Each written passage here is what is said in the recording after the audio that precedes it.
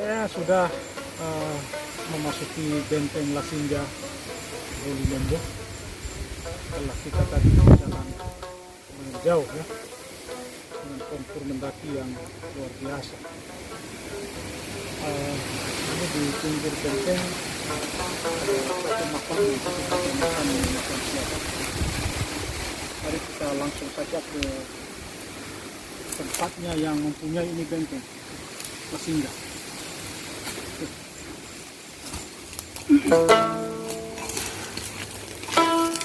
Yusuf. Alhamdulillah.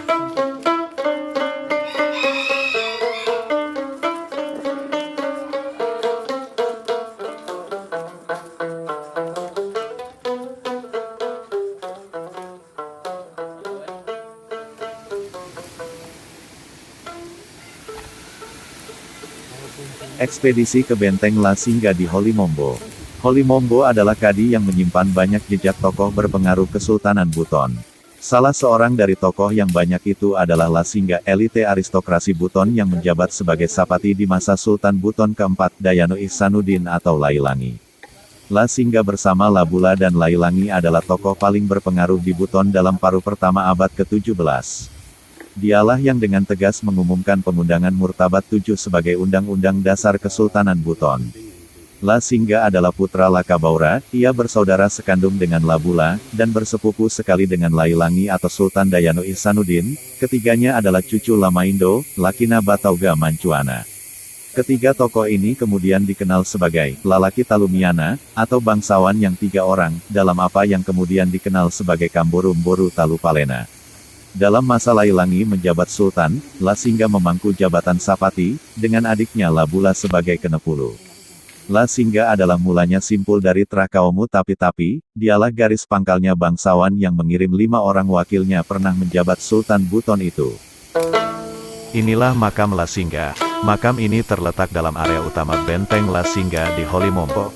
Tampak area makamnya tinggal hanya serakan batu yang tiada beraturan lagi susunannya. Menurut tokoh adat Holi Mombo, dahulu makam Lasingga ini dikelilingi batu dengan diameter yang cukup luas dan besar. Batu-batu yang mengitari nisannya tersusun rapi, tetapi sekarang sudah rubuh dan hanya meninggalkan jejak saja.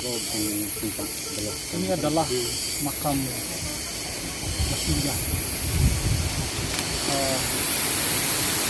Lasingga adalah pangkal kaummu yang berterah tapi-tapi.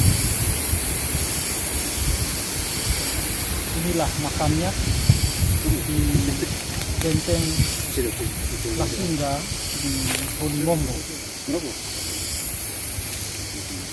Lasingga adalah Sapati di masa Sultan Dayanu Ihsanuddin atau Lailangi. Lasinggalah yang mengumumkan Undang-Undang Kesultanan Buton yang kita mengenalnya sebagai Murtabat 7. Sejak Murtabat 7 diundangkan, maka kelompok bangsawan di Buton mulai dibagi menjadi apa yang kita mengenalnya sebagai Kamborum-Boru Talupalena. Kamborum-Boru Talupalena adalah 3 bangsawan yang berhak menduduki jabatan eksekutif di Kesultanan Buton, di mana Lailangi sebagai Sultan mewakili Tanah Landu, Lasingga sebagai Sapati mewakili Tapi-Tapi, dan seorang lain yang adalah saudara Lasingga namanya Labula, jabatannya adalah Kenepulu, yang kemudian menjadi pangkal terah kaum Kundulaha. Inilah makam Lasingga. Tampaknya tidak terawat. Biasanya makam orang besar seperti ini itu dilingkari oleh batu Tapi saya melihat di sini sudah terhamburan batunya di mana-mana.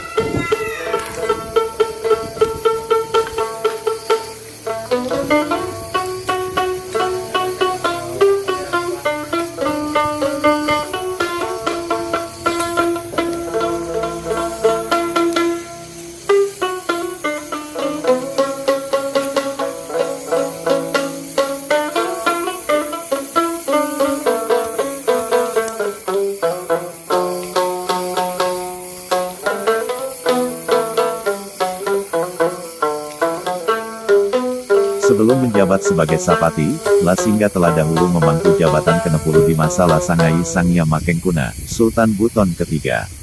Dalam masa Lasangai memerintah sebagai Sultan Buton ketiga itu jabatan Sapati diemban oleh Lailangi. Sedangkan Labula, saudara kandung Lasingga memangku jabatan Kapitalao Matanaeo.